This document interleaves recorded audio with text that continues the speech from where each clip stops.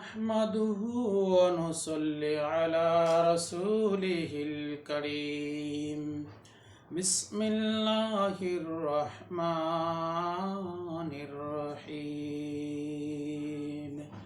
ليس بأمانيكم ولا أماني أهل الكتاب من يعمل سوءا يجزى به ولا يجد له من دون الله وليا ولا نصيرا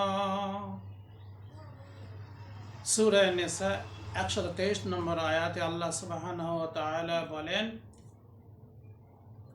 মুসলমান তোমাদের বৃথা দাবি করা এটা কোনো উপকার, তোমার লাভ নেই, আর ইহুদি তোমরা বৃথা দাবি করো এটা তোমাদের লাভ নেই।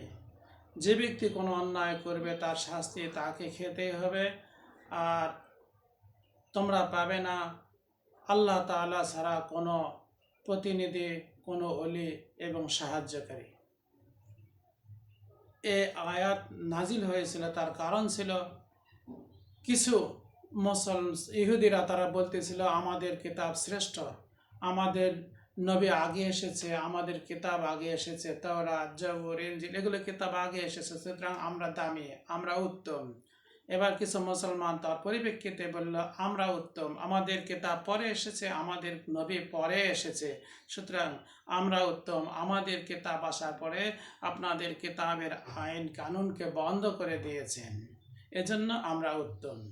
তার পরিপ্রেক্ষিতে আয়াত নাজিল হয় যে শুধু দাবি করার জন্য মুখে বললেই হবে না, বরং কাজে পরিণত করতে হবে, তাহলে তার জন্য উত্তম। কাজ না করে শুধু দাবি করে মুসলমান, তাও দাবি নয়, ইহুদিরা তারা দাবি করেছে, এটা বৃথা বেকার। আর বলেছেন যে ব্যক্তি কোনো খারাপ কাজ করবে অবশ্যই তার প্রতিফল তাকে বহন করতে হবে। সেজন্য আল্লাহ তাআলা আমাদেরকে ভালো কাজ করার তৌফিক দান করেন, শুধু মুখে দাবি নয় বরং কাজে পরিণত করার তৌফিক দান করেন। অনেকে মুসলমান এরকম বলে যে আমরা মুসলমান, আমাদের অনেক দাম, একদিন না একদিন বেহেশতে যাব, কিন্তু নামাজ পড়ে না, তেমন রোজা করে না, এরকম আল্লাহর হুকুম তেমন মানে, কিন্তু মুসলমান দাবিতে বসে আছে। হিন্দুরা মানে এরকমভাবে হিন্দুদের উপরে, তাদের অন্য বিধর্মীদের উপরে তারা এরকম প্রশংসা করে, এরকম আনন্দ অনুভব করে, কিন্তু তাদের দরকার ছিল যে তারা আল্লাহর হুকুম মানা, রাসূল আকরাম সাল্লাল্লাহু আলাইহি সাল্লামের বিধান মতো জীবন পরিচালনা করে। আল্লাহ তোমাদের তৌফিক দান করুন, আমিন। আসসালামু আলাইকুম ওয়া রাহমাতুল্লাহ।